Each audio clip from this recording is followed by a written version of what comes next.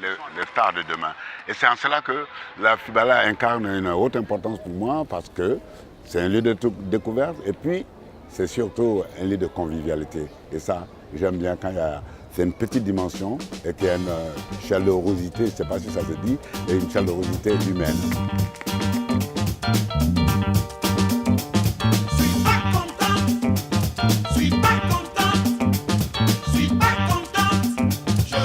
Depuis 1996 et tous les 2 ans, la ville de Chambéry et l'association Chambéry-Waïguya Burkina Faso proposent aux Chambériens une immersion en terre africaine en plein cœur de Chambéry, au Jardin du Vernet, à travers le festival La Fibala.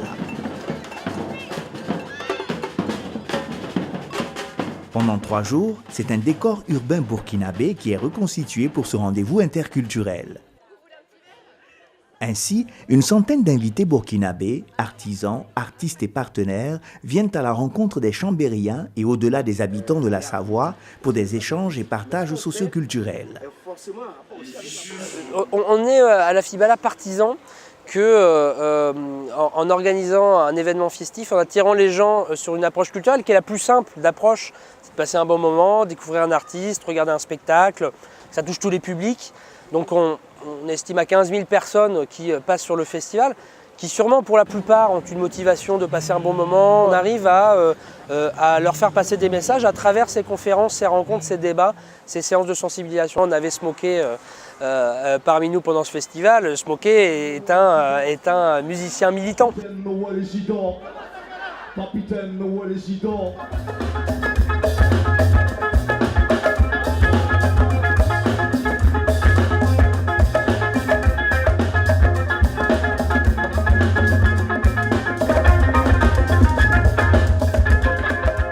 Les artistes et artisans proposent aux visiteurs ce qu'ils ont de plus représentatif de la culture et de la gastronomie du pays des hommes intègres.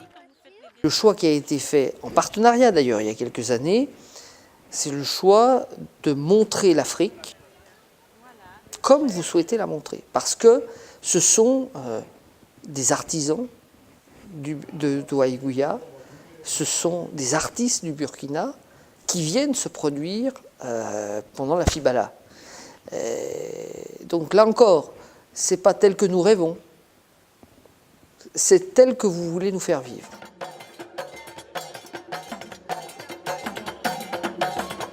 Effectivement, la difficulté, c'est que les populations s'interrogent sur le bien fondé des coopérations nord-sud et parce que souvent, on a oublié de les concerner par ces coopérations. L'exemple de Chambéry est important parce qu'effectivement, ce festival fait que l'ensemble de la population participe de la coopération, même s'il ne va pas au sud, c'est le sud qui vient à lui et c'est une ouverture pour l'ensemble du territoire. Et vraiment, c'est un exemple en France de bonne coopération. Mais à côté de ça, l'important, c'est aussi sur le territoire que l'ensemble des populations soient informées de ce qui se fait et participent et partagent des moments de fête et de rencontres entre les deux villes.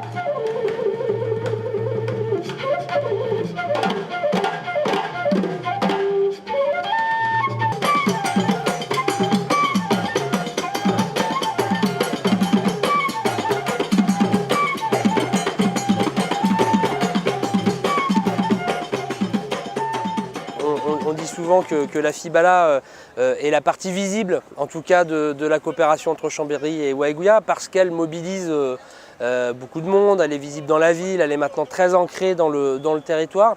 Chambéry-Waïguya, bien sûr, c'est aussi d'autres projets, plus d'accompagnement de la collectivité au Burkina Faso, puisqu'on est bien dans le cadre d'une coopération décentralisée.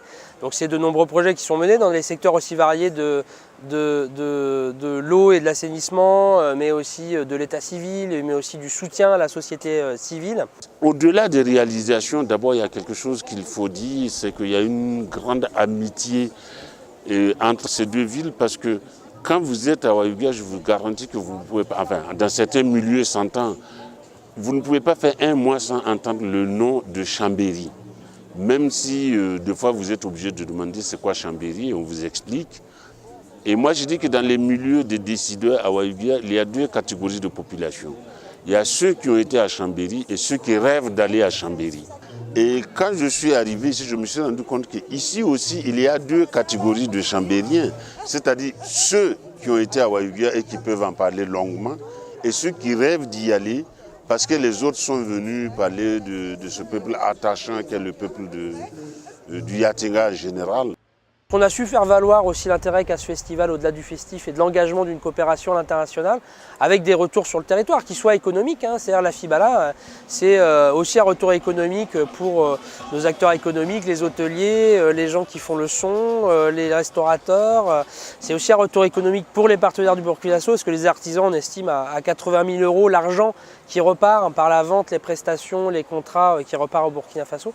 Donc c'est aussi une opération économique. Donc, je pense que ça va durer aussi parce qu'on est à la fois un festival, mais à la fois aussi un projet de coopération politique porté par une collectivité. Donc on est sur ces deux tableaux-là, ce qui fait que le festival La FIBALA, à mon sens en tout cas, a tout son sens. Ce n'est pas un festival unique, ce n'est pas un projet de coopération unique, c'est les deux, et les deux sont interactifs. Quant au festival La FIBALA, il fêtera son 10e anniversaire en 2017. Ce sera à nouveau l'occasion de célébrer cette grande amitié qui privilégie le dialogue interculturel et l'équilibre nord-sud, loin des jumelages classiques.